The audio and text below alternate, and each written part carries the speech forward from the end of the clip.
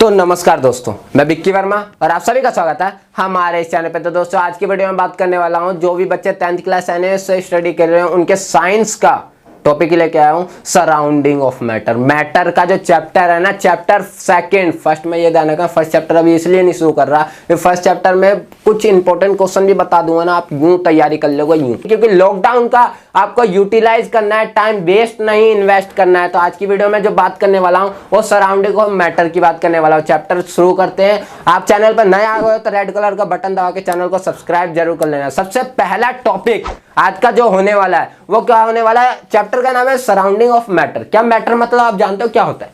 क्या मैटर मतलब जानते हो क्या है? क्या ये जो मैंने बोल ले रखा है क्या ये आपका मैटर है? क्या मैंने ये चीज ले रखी है ये क्या आपका मैटर है? क्या ये चीज जो मेरे आसपास रखी है क्या ये मैटर है? क्या खुद मैं ये मैटर हूं? क्या आप सोच रहे होगे क्या आप भी मैटर तो नहीं? ये तो बात आपके दिमाग में नहीं चल रही। तो बस इतना याद रखना, substance which can occupy space and mass is known as matter. बस ये याद रखना, कोई भी सब्सटेंस, कोई भी चीज जो आपका स्पेस घेरे, जगह घेरे और जिसमें मास हो, जो भी चीजें मैंने ले रखी है ना, ये सारी जितनी भी चीजें मास है और जितनी भी चीजों में मास होगी सब कुछ आपकी क्या कहलाएगी? क्या कहलाएगी? बस ये याद रखना, सभी चीजें आपकी मैटर कहलाएगी। खुद आप भी स्पेस घेर रहे हो और आप क्या कर रहे हो, आपके अंदर भार है। किसी पे बैठ के दिखाना, बोलेगा अबे भाई यार कितना भारी है तू, बोलते हैं ना, तो यही चीज याद रखना, ये क्या है आपका मैटर। मैटर के एक्सप्लेनेशन समझ आई? ऐसे ही समझाऊंगा, ये ध्यान रखा। अगर जबरदस्त तरीके से समझना है ना चैप्टर को, क्योंकि याद है मैं ना आपको चैप्टर का ये नहीं बताना ये वाला इंपॉर्टेंट है, ये इंपॉर्टेंट है, ये पढ़ लो, ये पढ़ लो, ऐसे नहीं। आपको मैं पूरा ये चीज बताऊंगा कि ये चीज नहीं, आपको पूरा चैप्टर समझा के ये चीज बताऊंगा कि ये चीज पढ़ लो। समझ आया?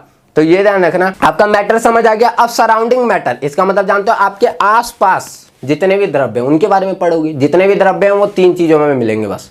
क्या? एक सॉलिड, एक लिक्विड, एक गैस। एक ठोस, एक द्रव, एक गैस। ठोस की बात करूं तो जिसे हम जो बहुत ज्यादा भारी हो वो ठोस बोलेंगे, बोल सकते हो। मैंने ले लिया क्या, ये मोबाइल। मोबाइल क्या है आपका? ये ठोस ही है ना, ये द्रव तो नहीं बोल दूंगा मैं, ये पानी की तरह फ्लो तो नहीं हो रहा भाई यार, ये ठोस है। और ठोस है तो पूरी ये क्या है, पूरी अगर मैं इसे मोड़ना चाहूं तो ये मुड़ नहीं रहा, तोड़ना चाहूं तोड़ नहीं रहा, तो ये क्या आपका ठोस। जब वाटर की बात करो तो वाटर क्या आपका वो है, द्रव्य ही तो है ये और कुछ तो नहीं है। द्रव्य ये पानी है, पानी की तरह फ्लो कर सकता है। क्या इसे आप कोई गिर रहा हो तो क्या इसे रोक सकते हो? नहीं रोक सकते ना। ठोस गिर रहा हो ना तो उसे रोक भी सकते हो, लेकिन ये चीज गिर रहा हो तो आप इसे नहीं रोक सकते। इसके बाद नेक्स्ट जो आ जाता है वो आपका क्या आ जाता है, गैस। गैस आपको दिखता ही नहीं, गैस आपको दिखता ही नहीं। ठोस, लिक्विड और गैस में यही डिफरेंस है, बस इतना याद रखना। ये तीनों के बारे में बताने वाला हूं। तो इसके बाद एक मैटर की आ जाती है कैरेक्टरिस्टिक्स प्रॉपर्टी। क्या आ जाती है? इसकी विशेषता याद आती है मैटर की, कि मैटर की पार्टिकल्स की जो होती है वो क्या क्या विशेषता है, मैटर के पार्टिकल्स क्या क्या कर सकते हैं। भाई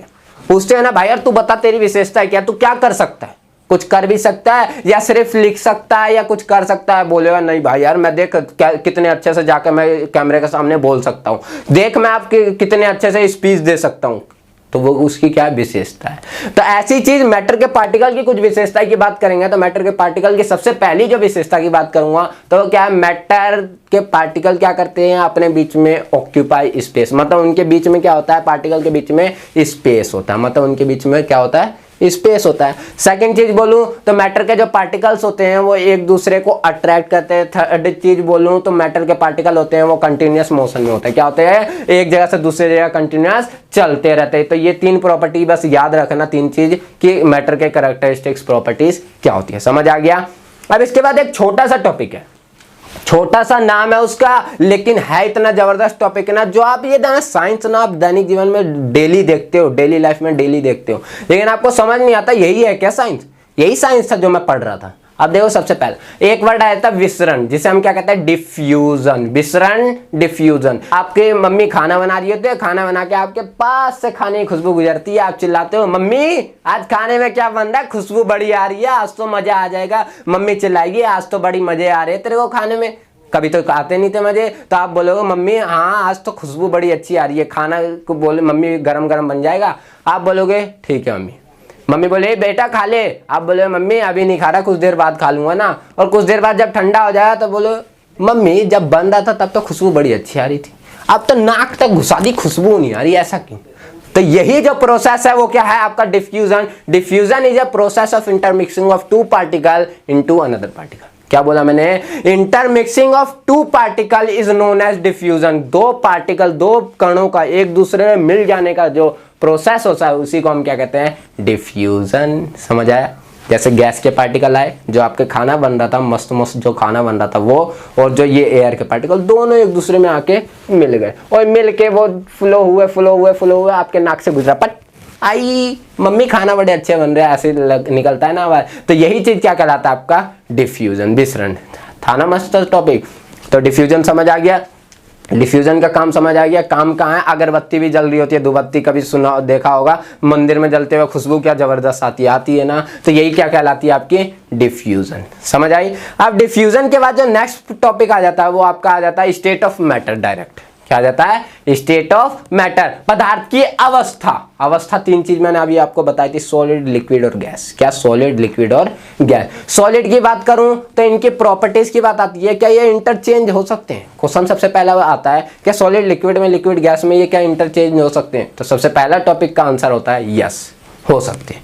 कैसे हो सकते हैं? मैंने एग्जाम्पल दे दिया बर्फ का। बर्फ फ्रिज के अंदर है तो वो क्या है? सॉलिड। सॉलिड से वो पानी बर्फ बाहर निकाला तो वो हो गया लिक्विड। लिक्विड से उसे मैंने गैस पे चढ़ा दिया तो हो गया क्या? गैस। हुआ ना? अगर मैंने हीट किया तो बन गया गैस। तो इंटरचेंज तो मैंने कर दिया। अब गैस को मैं वापस कूल करूंगा तो वो लिक्विड बन जाएगा। कूल का मतलब समझ रहे हो कैसे?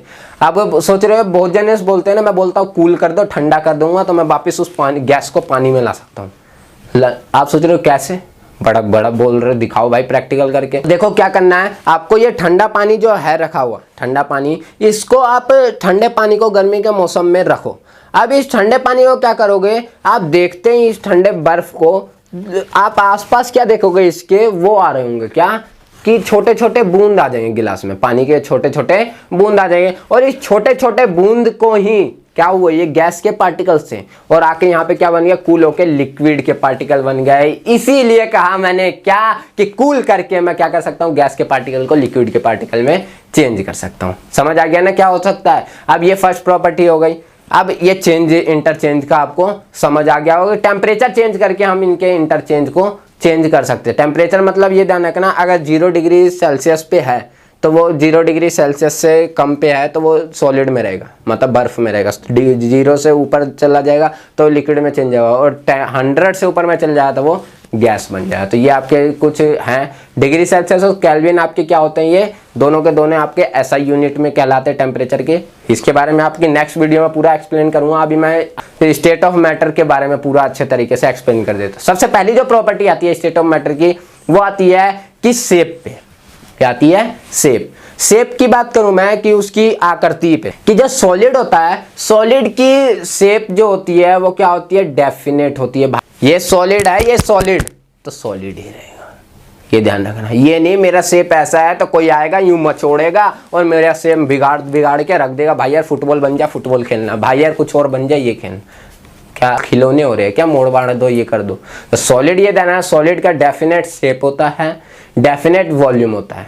ये ध्यान रखना। अगर सॉलिड चीज कहीं रखी जा रही है तो वो जितना वॉल्यूम घेर रही है उससे कम नहीं घेर सकती, जितना घेर रही है वो उतना ही घेरेगी। तो सॉलिड का डेफिनेट शेप और डेफिनेट वॉल्यूम होता है। उसी की जगह आप लिक्विड मतलब किसमें? द्रव में चले जाओ तो उसका जो होता है और उसका शेप कोई निश्चित नहीं होता, मतलब उसका डेफिनेट शेप नहीं होता। उसे मैं बोतल में डाल रहा हूँ तो बोतल का शेप ले रहा है, कंटेनर में डाल रहा हूँ तो कंटेनर का शेप ले रहा है, सब चीज का तो शेप वो ही ले रहा है।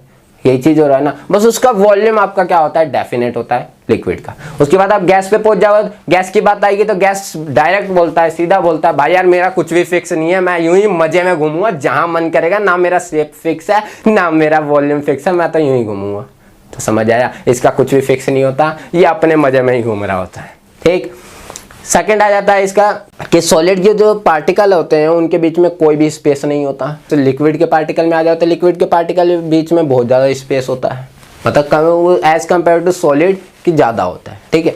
गैस की बात करूं तो इसके पार्टिकल तो एक अगर कलकत्ता में है तो एक आपको कन्याकुमारी में मिलेंगे, मतलब इनके पार्टिकल ऐसा नहीं है। इनके पार्टिकल जो होते हैं वो इन दोनों से बहुत ज़्यादा दूर दूर आपको इनके पार्टिकल मिलेंगे। समझ आया? तो इनके पार्टिकल के बीच में अट्रैक्शन फोर्स की बात करूं मैं, मतलब इनके आकर्षण बल की बात करूं, तो सॉलिड के बीच में आकर्षण बल जो होता है बहुत ज़्यादा होता है, लिक्विड के बीच में एज कम्पेयर टू सॉलिड कम होता है, और गैस में क्या होता है एज कम्पेयर टू लिक्विड बहुत ज़्यादा कम होता है। अट्रैक्शन फोर्स का, क्योंकि उनके पार्टिकल इतने दूर दूर होते हैं तो कहाँ से अट्रैक्शन फोर्स होगा, ये हो गए। अब इसके बाद जो नेक्स्ट आ जाता है वो क्या आ जाता है, अट्रैक्शन फोर्स हो गया। कंप्रेसिबिलिटी मतलब दबाव, ठीक है। कंप्रेसिबिलिटी की बात करूं तो जो आपका सॉलिड होता है, सॉलिड में कंप्रेस तो हो ही नहीं सकता, वो सॉलिड को क्या दबा सकते हो, बोल ये कर सकते हो भाई यार वो शेप है इसका कुछ और, दबा के मचोड़ दिया, ऐसा हो नहीं सकता। तो ये याद रखना, कंप्रेसिबिलिटी होती है बहुत ज़्यादा हाई होती है, मतलब उसे कंप्रेस नहीं किया जा सकता, ठीक है। उसी के बाद लिक्विड में आओगे तो एज कम्पेयर टू सॉलिड क्या होता है, थोड़ा कम होता है, और गैस में आओगे तो एज कम्पेयर टू लिक्विड बहुत ज़्यादा कम होता है, मतलब कंप्रेसिबिलिटी बहुत ज़्यादा कम होता जाता है, वो कंप्रेस हो जाएगा, ठीक।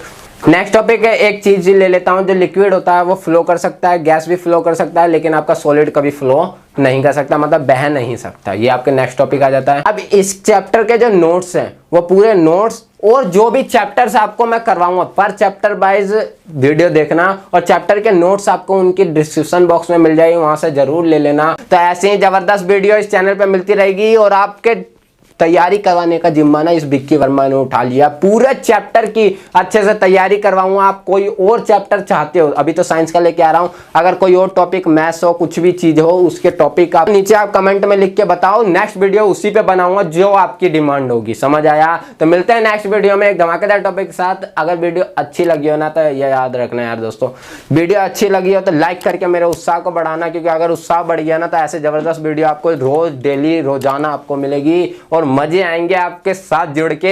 और आप अगर जुड़ना चाहते हो तो नीचे रेड कलर का बटन दबा के हमारे चैनल को सब्सक्राइब कर लो। अगर फैमिली में जुड़ गए तो और मजे से आपको चैप्टर को पढ़ाने में मजा आएगा। मिलते हैं नेक्स्ट वीडियो में धमाकेदार टॉपिक के साथ, जब तक के लिए बने रहे विक्की वर्मा के साथ। जय हिंद, जय भारत।